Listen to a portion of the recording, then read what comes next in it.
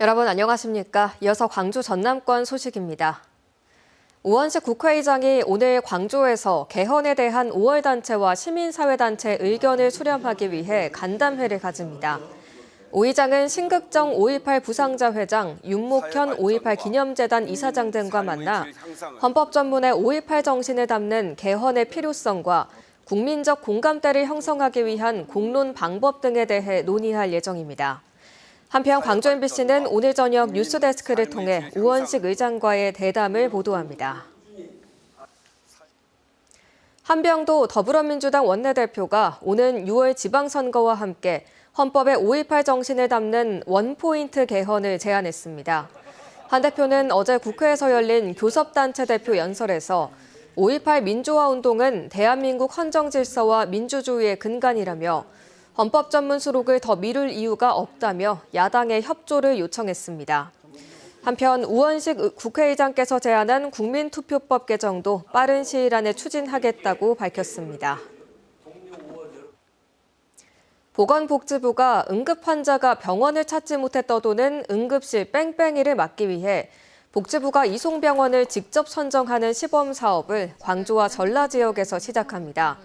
정은경 보건복지부 장관은 오늘 화순 전남대 병원에서 열린 간담회에 참석해 이송체계 혁신 방안을 설명하고 지역 지자체 및 응급의료 관계자들과 개선 방향을 논의했습니다. 정 장관은 간담회 직후 고 윤한덕 국립중앙의료원 중앙응급의료센터장의 추모식에도 참석해 지역 응급의료 체계 구축에 헌신한 고인의 뜻을 기렸습니다.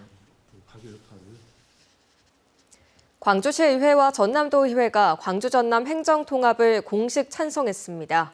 광주시의회는 오늘 본회의를 갖고 민주당 의원 22명이 출석한 가운데 만장일치로 행정통합안을 가결했고 전남도의회 역시 찬성 52명, 기권 1명으로 행정통합을 찬성 의결했습니다. 시도의회 동의 절차가 마무리됨에 따라 광주시와 전라남도는 이달 안에 특별법의 국회 통과를 목표로 후속 대응에 나설 방침입니다.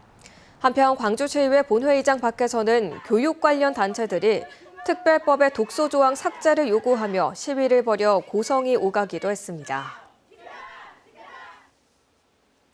더불어민주당 전남도당의 예비후보 자격심사 결과 김철우 보성군수, 장세일 영광군수, 김한종 장성군수가 적격 판정에서 제외돼 공천관리위원회 정밀심사를 받게 됐습니다.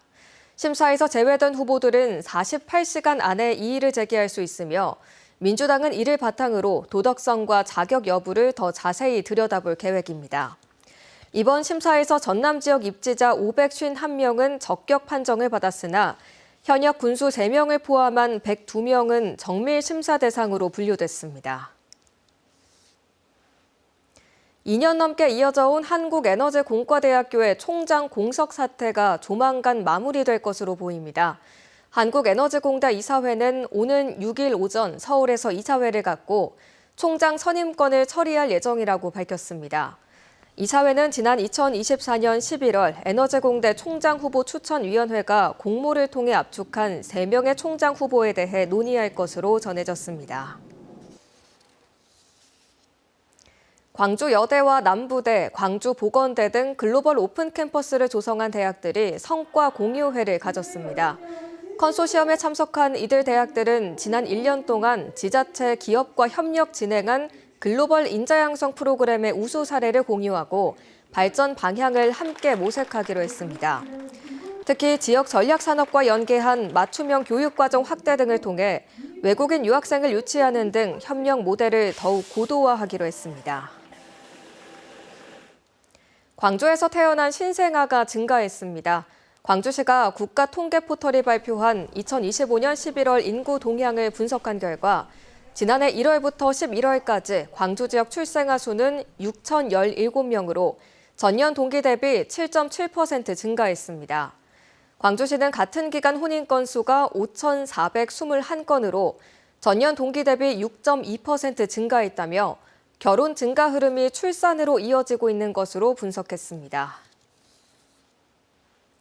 광주 전남 시민사회가 여순 사건 보고서 편향성에 항의하다 징역형을 받은 김석 순천 YMCA 사무총장의 무죄를 촉구했습니다.